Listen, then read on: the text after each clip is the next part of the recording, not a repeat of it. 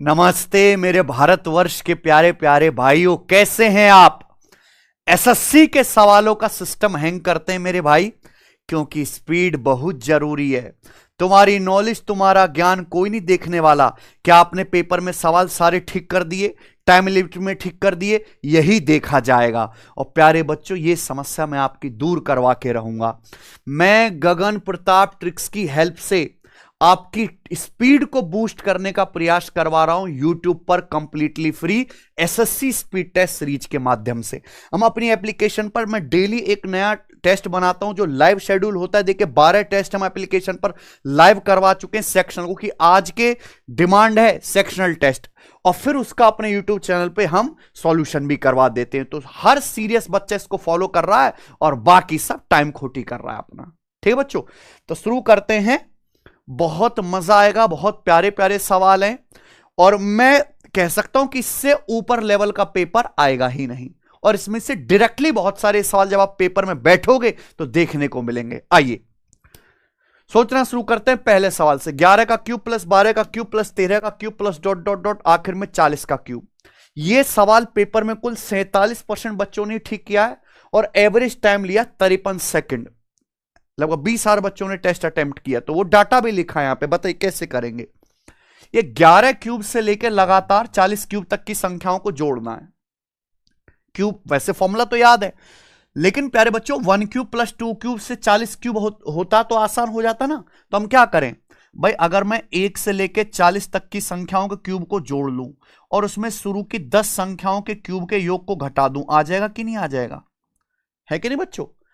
तो आप बताओ, फर्स्ट एन नेचुरल नंबर के क्यूब्स का सम क्या होता है, n इंटू एन प्लस 1 बटे 2 का स्क्वायर। तो क्या आएगा ये 40 गुणा 40 प्लस 1 41 बटे 2 का होल स्क्वायर। और ये कितना आ जाएगा प्यारे बच्चों बताइए, 10 गुणा 10 प्लस 1 11 बटे 2 का होल स्क्वायर। ठीक है, मैं बहुत डिटेल में आपको बता रहा हूं। तो कितना आ गया प्यारे बच्चों, ये 240 20 बार यानी कि 820 का स्क्वायर, और ये माइनस ये कितना आ गया 55 हो गया प्यारे बच्चों, 55 का स्क्वायर।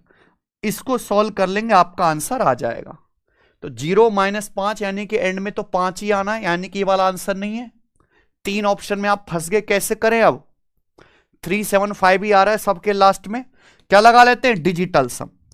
ठीक है, 8 2 10 1 1 का स्क्वायर 1 डिजिटल सम। उसके बाद 5 5 10 यानी कि 1 का स्क्वायर 1 डिजिटल सम। तो 1 - 1 0। तो जो भी आंसर होगा उसका डिजिटल सम 0 होगा या 9, एक ही बात है। बताओ 9 6 3 9। उसके बाद 7 5 12 6, इसका डिजिटल सम 9 है। 9 6 3 9 7 7 14 5, ये भी नहीं है प्यारे बच्चों। ठीक है ना, 6 3 9 6 8 14 7 21 और 5 26, ये भी नहीं है। आंसर क्या आ गया, ए। बताओ 1 + 4 + 7 + 10 डॉट डॉट डॉट 100, इसका मान बताइए क्या है। ये जीडी के पेपर में आया सवाल लेटेस्ट। बताओ, ये एक अर्थमेटिक प्रोग्रेशन है, 3 3 का गैप है, 1 + 3 4 4 + 3 7 7 + 3 10, इस तरीके से है ना। इसका पहला टर्म भी मुझे पता है, लास्ट टर्म भी मुझे पता है प्यारे बच्चों। तो योग क्या होता है, n/2 a + l। भाई नंबर ऑफ टर्म्स आपको निकालने पड़ेंगे, a + l यानी कि फर्स्ट टर्म प्लस, तो 1 + 100 यानी कि 101। ये तो और आसान हो गया कि भाई 101 सड़ा हुआ नंबर 101 से कटने वाला नंबर आंसर आएगा। 101 से ये नहीं कटेगा, ये नहीं कटेगा, ये कटेगा 101 से।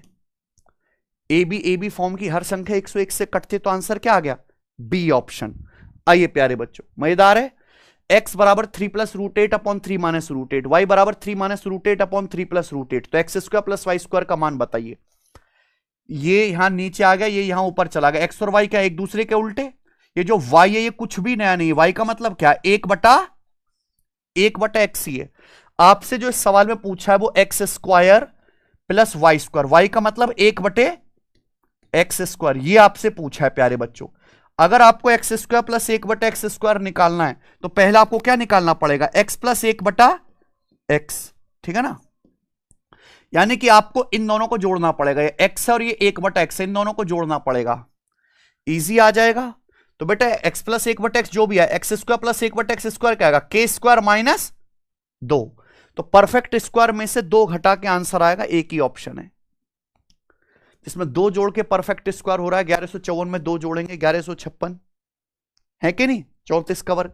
तो ऑप्शन से चेक कर सकते हैं कि आंसर इस फॉर्मेट का होगा। बेसिक से करना कैसे करेंगे भाई, इन दोनों को जोड़ के क्या आएगा, A plus B upon A minus B plus A minus B upon A plus B, twice of A square plus B square, 3 का वर्ग 9 प्लस रूट 8 का वर्ग 8 अपॉन ए स्क्वायर माइनस बी स्क्वायर, ये आ गया प्यारे बच्चों। तो 9 प्लस 8 17 दूनी 34 बटा 1 34, ठीक बच्चों। तो x प्लस 1 बटा एक्स 34 आ गया, एक्स स्क्वायर प्लस 1 बटा एक्स स्क्वायर कितना आएगा, 34 का स्क्वायर माइनस 2, 34 का स्क्वायर यानी कि 1156 माइनस 2 1154। आइए अगला सवाल, average marks obtained by 18 boys is 56, 18 boys के एवरेज मार्क्स है 56, each boy has obtained distinct value of marks, हर बच्चे के मार्क्स अलग अलग है। If the highest marks and lowest marks obtained are removed, highest और लोएस्ट मार्क हटा दिए जाएं, एवरेज रिड्यूसेस बाय 3, एवरेज 3 कम हो जाता है, तो हाईएस्ट और लोएस्ट मार्क का एवरेज बताइए, हाईएस्ट और लोएस्ट मार्क्स का एवरेज क्या है। बहुत बढ़िया सवाल, बताओ। 18 लड़कों के एवरेज मार्क्स हैं 56, मैंने मान लिया कि हाईएस्ट और लोएस्ट मार्क्स का एवरेज भी क्या है 56, अगर हाईएस्ट और लोएस्ट मार्क्स हटाते हैं तो एवरेज क्या हो जाता है, 3 कम हो जाता है, यानी कि इनके हटाने से एवरेज घट गया, तो हाईएस्ट और लोएस्ट मार्क्स की वैल्यू जो होगी वो 56 से क्या रही होगी, ज्यादा। दो लोगों को हटाने से एवरेज घट गया, 18 लड़के थे, 2 लड़कों के मार्क्स हटा दे, कितने रह गए अब 16 लड़के रह गए, 16 लड़कों का एवरेज 3 कम हो गया प्यारे बच्चों, यानी कि हाईएस्ट और लोएस्ट मार्क्स का सम इतना ज्यादा रहा होगा। लेकिन हमें क्या निकालना, एवरेज, दो है ना हाईएस्ट प्लस लोएस्ट, तो 2 से डिवाइड कर देंगे, तो 2 से 16, 56 प्लस 24 कितना 80। ये होता है डेविएशन मेथड, है बच्चों, मिनटों का काम सेकंडों में हो जाता, कम से कम कैलकुलेशन। बताइए, ए से शुरू होने वाली 13 लगातार नेचुरल नंबर का एवरेज है x, a प्लस 7 से शुरू होने वाली 13 लगातार नेचुरल नंबर का एवरेज क्या होगा। देखो नेचुरल नंबर 13 ही है, अगर हम a से लिखना शुरू करते हैं तो एवरेज आता है x, अगर a प्लस 7 से शुरू करेंगे तो हर संख्या 7 7 7 बढ़ेगी, तो एवरेज भी x से 7 बढ़ के क्या हो जाएगा, कुछ है ही नहीं प्यारे बच्चों। कल सवाल अच्छे समझो। चलिए, an article is sold for 20% profit, the value of discount given is equal to 3/5 of selling price, discount जो है सेलिंग प्राइस का 3/5 है। Cost price of article is what percent of its mark price, article का CP mark price का कितना percent है। बहुत बढ़िया, डेटा बहुत आसान है, 100 मान के करते हैं। एक वस्तु को 20% प्रॉफिट पे बेचा जाता है, इसका मतलब अगर कॉस्ट प्राइस 100 है तो सेलिंग प्राइस 20% ज्यादा है, 100 से 20% ज्यादा, यानी कि कितना 120 है। आगे क्या बोला गया, डिस्काउंट की जो वैल्यू है सेलिंग प्राइस का 3/5 है, तो सेलिंग प्राइस 120, 120 का 3/5 कितना आ जाएगा 72, यानी कि वस्तु पर डिस्काउंट है 72। तो आप मुझे बताओ वस्तु का मार्क प्राइस क्या होगा। आप किसी सामान को 120 में बेचते हो, आपने 72 का डिस्काउंट दिया, तो उसका एमआरपी क्या होगा, 120 से 72 ज्यादा, यानी कि 192। 192 पे 72 डिस्काउंट दोगे तो ये तो 120 में बिकेगी, तो ये क्या आ गया एमआरपी। बोला है वस्तु का कॉस्ट प्राइस उसके मार्क प्राइस का कितना परसेंट है, तो वस्तु का जो कॉस्ट प्राइस है वो 100 है, उसके मार्क प्राइस 192 का कितना परसेंट है, कम ज्यादा नहीं पूछा, 192 का 100 कितना परसेंट है, ये कैलकुलेशन करना है बस। बताइए बच्चों कितना चला जाएगा, ये 4 से 25 और 4 से ये 48 का 192, तो 25/48 आ गया, यानी कि 50% से ज्यादा आएगा। तो आंसर ए है या बी है, बताओ इनमें कौन सा ऑप्शन है। देखो 25 को मैं ऐसे लिख सकता हूं 24 + 1, 24 को 48 से भाग देंगे 1/2 + 1/48 हो गया, 1/2 आ गया 50%, 1/48 कितना आएगा 1/24, आपको याद है 1/24 होता है 4.16%, तो 1/48 से उसका आधा यानी कि अप्रोक्स 2.08%, तो कितना आ जाएगा ये 52.08%। देखो एग्जैक्ट दे रखा है पहला ऑप्शन, ठीक है ना। तो ये तरीका होता है, ऐसा नहीं कि आप 100 से गुणा करें परसेंटेज का साइन लगाए, 25 को क्या लिख लो 24 + 1। 600 आर्टिकल का कुल मार्क प्राइस है 450, total mark price of 600 article is 450, 40% discount is given, what will be the selling price of 18,000 such article, 18,000 ऐसे आर्टिकल का सेलिंग प्राइस क्या होगा? हर आर्टिकल का मार्क प्राइस सेम है। आप बताओ 600 आर्टिकल का मार्क प्राइस 450 है, तो 1800 आर्टिकल का मार्क प्राइस कितना होगा? 600 का 30 गुना 18,000 है कि नहीं? तो 600 आर्टिकल का अगर एमआरपी 450 है तो 18,000 आर्टिकल का एमआरपी होगा 450 का 30 गुना। ये आ गया। लेकिन ये क्या है? Mark price. इस पे हम 40% डिस्काउंट देंगे तो बेचेंगे कितने में? 60% में। 60% यानी कि 0.6। ये क्या आ गया बच्चों? Selling price. ये आ गया मेरे भाई, ठीक है ना? तो यहां पे 0 से आपका दशमलव कट गया। बताइए 45 में 9, 9 का मल्टीपल एक ही ऑप्शन है 8100। ठीक है बच्चों, खत्म, कुछ भी नहीं था। बताइए किसी वस्तु का अंकित मूल्य उसके क्रय मूल्य से 30% अधिक है, प्रॉफिट 10% है, वस्तु पर डिस्काउंट कितना है? 30% और 10%, सबका फ्रैक्शन लो 1/10 बन जाएगा, कोई दिक्कत नहीं। बोला है मार्क प्राइस कॉस्ट प्राइस से 30% ज्यादा। 30% का फ्रैक्शन लो 3/10, यानी कि कॉस्ट प्राइस 10 है तो मार्क प्राइस कितना है? 13। प्रॉफिट कितना है? 10%। प्रॉफिट किस पे होता है? सीपी पे। अगर सीपी 10 है, 10 पे 10%, 10 का 10% 1, 10 पे 1 का प्रॉफिट है, तो सेलिंग प्राइस क्या है? डिस्काउंट कितना दिया? 13 के एमआरपी का सामान 11 में बेचा, डिस्काउंट है 2/13 है कि नहीं? 2/13 का मतलब 200/13%। आइए प्यारे बच्चों, S travel with 60% of usual speed and reaches his home 18 minute late. S अपनी यूजुअल स्पीड के 60% से चलता है और 18 मिनट लेट पहुंचता है। यूजुअल टाइम बताइए उसका होम पहुंचने में, घर पहुंचने में। देखो डिस्टेंस तो सेम जाना है, अपने घर जाना है प्यारे बच्चों, डिस्टेंस सेम है, तो स्पीड और टाइम का रेशियो क्या होता है? उल्टा। एस जो है वो अपनी यूजुअल स्पीड का 60% से चलता है। 60% की फ्रैक्शन लो 3/5। एस ने अपनी स्पीड को 3/5 कर दिया तो लगने वाला टाइम जो है वो रिवर्स हो जाएगा 5/3 गुना, यानी कि एस को यूजुअल टाइम अगर 3 यूनिट लगना चाहिए तो कितना समय लगेगा? 5 यूनिट। 2 यूनिट टाइम एक्स्ट्रा लगेगा, जबकि सवाल के अनुसार एस जो है वो 18 मिनट लेट होता है, तो 2 यूनिट की वैल्यू 18 मिनट है, 9 गुना। तो एस को यूजुअल टाइम कितना लगता है? 3 यूनिट, 3 की वैल्यू भी 9 गुना आ जाएगी, कितना? 27 मिनट। इस सवाल का आंसर है ऑप्शन नंबर है सी। आइए प्यारे बच्चों, speed of stream is 5 kilometre per hour. A boat goes 90 kilometre upstream and comes back to starting point in 24 hours. एक नाव 90 किलोमीटर अपस्ट्रीम जाती है और फिर वापस आती है। वापस कैसे आएगी? Down stream. अपस्ट्रीम जाएगी तो लौट के डाउन स्ट्रीम आएगी। बोट की स्टिल वाटर में स्पीड बताइए। बोट की स्टिल वाटर में स्पीड यानी कि एक्स की वैल्यू आपको पूछी है और आपको स्पीड ऑफ स्ट्रीम, धारा की चाल, वाई की वैल्यू दी है। बहुत बढ़िया सवाल है। देखो अगर एक बोट 90 किलोमीटर अपस्ट्रीम जाएगी तो कितना टाइम लगेगा? अपस्ट्रीम की speed x minus y, y की वैल्यू कितनी है? 5। फिर 90 किलोमीटर डाउनस्ट्रीम वापस आएगी तो डाउनस्ट्रीम आने में कितना टाइम लगेगा? 90 किलोमीटर डाउनस्ट्रीम की स्पीड क्या होती है? x plus y. तो अपस्ट्रीम में और डाउनस्ट्रीम में टोटल टाइम कितना लगा प्यारे बच्चों? पूरी यात्रा में 24 घंटे लगे, बराबर क्या है? 24। तो आपके सामने एक इक्वेशन बन गई। या तो इस इक्वेशन को सॉल्व करो या जो ऑप्शन इसको सेटिस्फाई कर जाएगा वही क्या होगा? आंसर। अब बताइए एक एक ऑप्शन चेक करते। जैसे मैंने 12 मान लिया तो 12 माइनस 5, 90 तो 7 से भाग होगा ही नहीं। 14 माइनस 5 9, 14 प्लस 5 19, 90 19 से भाग होगा ही नहीं, आंसर नहीं है।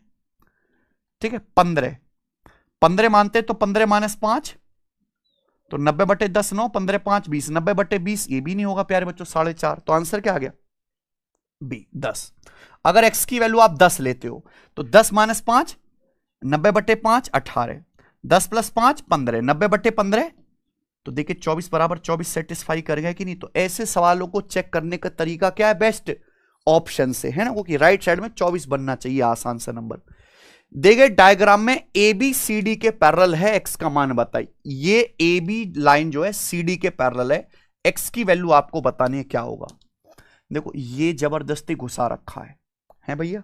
ये एंगल कितना है? 8x। ये एंगल 8x है। बताइए क्या तरीका है ऐसे सवालों को सोचने का आप लोगों को? यहां भी आप अपनी मर्जी से पैरेलल लाइन खींच दो, अपनी मर्जी से, देखिए अपने आप सवाल सॉल्व हो जाएगा। ये 3x है तो ये वाला एंगल यहां से यहां तक ये भी कितना आ जाएगा? 3x alternate angle. 3x ये कैसी है? Transversal line. ये 8x था तो ये कितना बचा फिर? 5x। कोई तकलीफ इसमें? अब आप देखो नीचे की दोनों पैरेलल लाइन, ये दोनों लाइन समांतर हैं और ये एक ही तरफ के आंतरिक कोण है ना, वो एक साइड के इंटर एंगल, इनको जोड़ के कितना बनना चाहिए? 180। तो 5x प्लस 10x यानी कि 15x बराबर 180। तो x की वैल्यू आएगी 180 बटे 15 यानी कि 12। खत्म, कुछ भी नहीं है भाई। बताइए, सवाल है आपके सामने 12। ट्रैफिक लाइट 3 डिफरेंट रोड पर चेंज होती है 90, 120, 150 सेकंड के बाद। अगर वो साइमल्टेनियसली 5-20 मिनट पे चेंज होती है तो बताइए eight which time they will change simultaneously again, वो दोबारा किस समय बदलेंगी? भैया वो टाइम होगा जब तीनों लाइट एक साथ बदलेंगी। इनका एलसीएम ही निकालते हैं। 90 120 का 360 हो गया, 150 में 5 और आ रहा 1800 सेकंड। तो इनका एलसीएम कितना आ गया? 1800 सेकंड, जो मिनट में कितना आएगा? 1800 को 60 से भाग करेंगे 30 मिनट, यानी कि 30 मिनट के बाद ये तीनों लाइट एक साथ बदलेंगी। 5:20 पे बदली है तो अगली बार 30 मिनट बाद यानी कि 5:50 पे 5:50 PM आ गया। बताइए, एक रोम्बस के डायगोनल्स का योग 62 सेंटीमीटर है। इस रोम्बस का एरिया 336 है। रोम्बस की साइड के बहुत सवाल आए हैं अभी लेटेस्ट जीडी के पेपर में रोम्बस के। रोम्बस ये होता है जिसकी चारों साइड क्या होंगी? बराबर, और दोनों डायगोनल जो हैं एक दूसरे को आधा आधा बाइसेक्ट भी करेंगे और दोनों डायगोनल एक दूसरे को 90 डिग्री के एंगल पर भी काटेंगे। तो रोम्बस के डायगोनल का सम 62 है। डायगोनल नहीं पता, रोम्बस की भुजा पूछिए। भुजा यानी कि ये 90 डिग्री के सामने है कि नहीं? देखो ट्रिपलेट बनना चाहिए। 19 का ट्रिपलेट नहीं है, 22 का ट्रिपलेट नहीं है, 90 के सामने है ना। 17 का है। अगर मान लीजिए मैं 17 मानता हूं तो ये कितना आ जाएगा? 8 ये 15, 8 15 17 ट्रिपलेट। तो क्या डायगोनल का सम कितना बनेगा? 30 और 16 46। लेकिन डायगोनल का सम है 62, यानी कि ये वाला आंसर नहीं है। तो फिर क्या होना चाहिए भाई? दूसरा चेक कर लेते हैं। 25, अगर रोम्बस की साइड 25 लेते हैं तो 25 ट्रिपलेट होता है 7 24 25। ये 7 है ये, और 24 7 31 है तो फिट हो गया प्यारे बच्चों। 7 24 31 है कि नहीं? ये 7 होगा। ठीक है प्यारे बच्चों, तो ये आ गया प्यारे भाई यहां पे। तो ये सेटिस्फाई हो गया ना। 7 24 31 31 62 हो गया डायगोनल का सम, यानी कि ये सेटिस्फाई कर रहा है। तो क्या आ गया? 25 आ गया। ठीक बच्चों, डायगोनल बाइसेक्ट करते आधा आधा, 7 7 1 24 24 हो जाएगा। चलिए बताइए, एक रोम्बस का पेरीमीटर 116 है, उसके एक डायगोनल की लंबाई 40 है। रोम्बस का एरिया बताइए क्या होगा? रोम्बस का पेरीमीटर 116 है तो रोम्बस की भुजा कितनी होगी? 29। 116 बटे 4 यानी कि 29। एक डायगोनल की लंबाई 40, एक डायगोनल की लंबाई 40 है तो उस डायगोनल की लंबाई का आधा कितना है? 20। तो 20 21 29 ट्रिपलेट बन गया कि नहीं? यानी कि दूसरे डायगोनल का आधा कितना होगा फिर? 21। ये बिना चित्र बनाए आप कर सकते हो। रोम्बस का एरिया क्या है? 1/2 डायगोनल्स का प्रोडक्ट। एक डायगोनल की लंबाई 40 है, दूसरे डायगोनल का आधा अगर 21 है तो दूसरे डायगोनल की लंबाई है 42। तो एरिया आ जाएगा जी यहां पे 840, ऑप्शन नंबर ए। आइए, A is 5 times more than B, B is what percent less than A. A B से 5 टाइम्स मोर है। 5 टाइम्स मोर का मतलब समझ रहे, मोर शब्द लगा लिया। ए बी का 5 गुना नहीं है, ए बी से 5 गुना अधिक है। यानी कि बी अगर 1 है तो ए 5 ज्यादा यानी कि 6 है। तो बी जो है वो ए से कितना कम है? 5/6। और 5/6 क्या होता है? 1/6 16.66%। 5/6 कितना आएगा? 5 गुना 83.33%। ठीक बच्चों, अगला सवाल। 6 किलो 600 ग्राम को रोंगली 7 किलो 559 ग्राम जो है मीजर किया गया। एरर परसेंटेज क्या है? 6 किलो 600 ग्राम का मतलब हो गया 6600 ग्राम, है ना। और 7 किलो मतलब 7000 ग्राम, और ये 590 यानी कि 6600 ग्राम को पढ़ लिया 7590 ग्राम। कितने का एरर हुआ प्यारे बच्चों इसमें बताइए, कितने का एरर हुआ? ये तो कट ही जाएगा। 660 से 759 कितना कम है? 40। 99 कम हो गया प्यारे बच्चों, ये है बच्चों, सॉरी ये 660 से 759 कितना ज्यादा है? 40 और 59, 99 ज्यादा है। ठीक बच्चों, तो हमने 99 ज्यादा पढ़ लिया किससे? 660 से। तो एरर कितनी हुई? 33 तिया 99 और 33 दूनी 66, यानी कि 3/20, 1/20 5%, 3/20 हो गया जी 15% का एरर हो गया नापने में। निम्नलिखित का मान ज्ञात कीजिए। सवाल नंबर 17 करो। ये कोई कैलकुलेशन नहीं करनी, देखते देखते समझ आ गया कि अलजेब्रा का फॉर्मूला है। कौन सा फॉर्मूला है? a³ - b³ -3a² + 3ab²। ये a - b³ का फॉर्मूला है ना। 5.1 - 0.1 का होल क्यूब, यानी कि 5 का क्यूब। क्या आ गया आंसर? 125। 125 आंसर है। निम्नलिखित का मान ज्ञात कीजिए।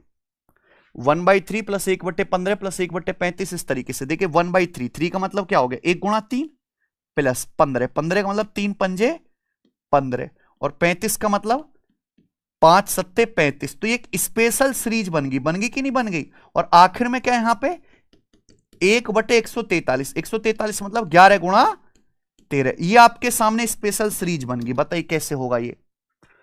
तो 1 कॉमन डिफरेंस कितने का? नीचे 2 का, 2 का डिफरेंस है। 1 common difference, 1 first number 1 minus 1 last number, यानी कि 1 - 1/13 12/13। 2 से काटेंगे तो क्या आ गया आंसर? 6/13 है कि नहीं? आसान सा सवाल था। बताइए निम्नलिखित का मान ज्ञात कीजिए। √8 + 2 √15 का अंडर रूट बताइए। भाई जिसका स्क्वायर करने पर ये आ जाए वही होगा। 8 + 2 √15 क्या? √3 + √5। √3 + √5 का स्क्वायर करो, 3 + 5 8 आएगा, प्लस 2 ये भी करेंगे 2 √15 आएगा। खत्म। तो ऑप्शन से उठाना है। अगला सवाल, Q और R together are 8 times as efficient as P। Q और R जो हैं वो P से 8 गुना एफिशिएंट हैं। P and R together are 5 times as efficient as Q। P और R जो हैं एक साथ वो Q से 5 गुना एफिशिएंट है। P Q R मिलकर एक काम को 10 दिन में करते हैं। Q अकेला सेम काम को कितने दिन में करेगा? Q अकेला। अगर एक क्वेश्चन सॉल्व करना है तो क्या निकालना पड़ेगा? Q की एफिशिएंसी। देखो यहां पे ना, अगर दूसरी लाइन देखी जाए तो दूसरी लाइन से डायरेक्ट Q की एफिशिएंसी आ रही है सेकंड लाइन से। आ रही है कि नहीं? ज्यादा मेहनत की जरूरत ही नहीं है। सवाल में क्या बोला है? सेकंड लाइन को देखो। सवाल बोला है P और R टुगेदर Q से 5 टाइम्स एफिशिएंट है, यानी कि Q की एफिशिएंसी अगर 1 है तो P + R की कितनी है? 5। ये आ गया। तीनों लोग मिलकर काम को 10 दिन में करते हैं। P Q R तीनों की एफिशिएंसी कितनी है? 5 + 1 10 दिन में कितना काम करेंगे? 10 से गुणा टोटल वर्क है। इस काम को अगर क्यों करेगा तो क्यों करेगा 1 एफिशिएंसी के साथ। कितने दिन में करेगा? 60 दिन में। आंसर है कि नहीं भाई? तो बढ़िया सवाल था। आर अकेला किसी काम को 32 दिन में पूरा कर सकता है, एस अकेला उसको 40 दिन में कर सकता है। दोनों 8 दिन तक काम करते हैं। What part of total work is completed? कुल कितना काम पूरा होगा? बहुत बढ़िया। देखिए आर किसी काम को 32 दिन में करता है तो आर 8 दिन में कितना काम करेगा? 8/32 यानी कि 1/4। इसी तरीके से अगर एस किसी काम को 40 दिन में करता है तो 1 दिन में करेगा 1/40, 8 दिन में करेगा 8/40 यानी कि 1/5। 1/5 काम करेगा। तो कुल कितना काम पूरा होगा? ऐड कर दीजिए प्यारे बच्चों, ये आ गया 9/20। बहुत आसान सवाल है। बताइए कॉस्ट प्राइस और सेलिंग प्राइस का डिफरेंस 385 है, प्रॉफिट 7% है, वस्तु का कॉस्ट प्राइस क्या है? गजब की लैंग्वेज भाई। कॉस्ट प्राइस और सेलिंग प्राइस का डिफरेंस क्या होता है? प्रॉफिट या लॉस ही तो होता है कि नहीं प्यारे बच्चों? आप बताओ किसी वस्तु पर प्रॉफिट 7% है, प्रॉफिट किस पे होता है? सीपी पे। और कॉस्ट प्राइस सेलिंग प्राइस का डिफरेंस 385 रुपए, यानी कि वस्तु पे होने वाला प्रॉफिट ही 385 रुपए है। भाई वस्तु पे प्रॉफिट हो रहा है 7%, प्रॉफिट है selling price minus cost price 385 रुपए इक्वल है। तो 7% के लिए 385, 1% कितना आएगा? 7 पंजे 35, 3 7 पंजे 35, 55। 100% कितना आ गया? 5500। अगला सवाल, 18, 4 और 45 का 4th प्रोपोर्शनल क्या है? एबीसी का 4th प्रोपोर्शनल बीसी बटा है, क्या आएगा प्यारे बच्चों? 4 × 45 यानी कि 180/18 10। यह आ जाएगा प्यारे बच्चों बी ऑप्शन। अगला सवाल, the time taken to fill a spherical balloon with air is directly proportional to the cube of its radius. देखो किसी गुब्बारे को फैलाने में जो समय लगता है वो उसकी रेडियस के क्यूब के डायरेक्टली प्रोपोर्शनल है। टाइम जो है गुब्बारे को फुलाने में लगने वाला रेडियस के क्यूब के डायरेक्टली प्रोपोर्शनल है। If a balloon with radius of 10 centimetre takes 5 minutes to fill, 10 centimetre radius के बैलून को फुलाने में 5 मिनट लगते हैं। तो पूछा है how much additional time will be required to fill a balloon of radius 20 centimetre. 20 centimetre radius के बैलून को फुलाने में कितना एक्स्ट्रा टाइम लगेगा। टाइम का जो रेशियो होगा डायरेक्ट रेडियस के रेशियो का क्यूब होगा। भाई पहले बैलून की रेडियस थी 10 सेंटीमीटर, अब कर दी 20 सेंटीमीटर। ये रेडियस का क्यूब, रेडियस का रेशियो, इसका क्यूब करेंगे प्यारे बच्चों क्या आएगा 1:2 यानी कि 1:8। तो लगने वाले टाइम का रेशियो है कि नहीं ये प्यारे बच्चों।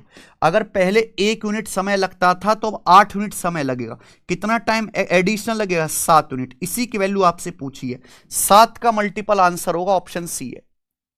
ठीक बच्चों, पहले गुब्बारे को भरने में समय लगता था 10 सेंटीमीटर रेडियस को 5 मिनट, तो 1 यूनिट की वैल्यू 5 मिनट है, 7 की वैल्यू 35 मिनट आ गई। चलिए आखिरी सवाल, सवाल नंबर 25। दानिश रोशन से 9 वर्ष छोटा है, उनकी एज का रेशियो 4:5 है। दानिश रोशन की एज का रेशियो 4:5 है। दानिश की एज कितनी है। दानिश रोशन से 1 यूनिट छोटा है, 1 यूनिट की वैल्यू 9 साल है। दानिश की एज है 4 यूनिट, 4 की वैल्यू आ गई 36 साल। सी ऑप्शन आंसर हो गया। ठीक है प्यारे बच्चों, तो आज का टेस्ट बहुत ही सरल था। देखो ये तो मैं करवा रहा हूं, लेकिन अगर बच्चों आप खुद से भी सेल्फ टेस्ट और ज्यादा लगाना चाहते हो तो पूरे साल में एक ही मौका आता है।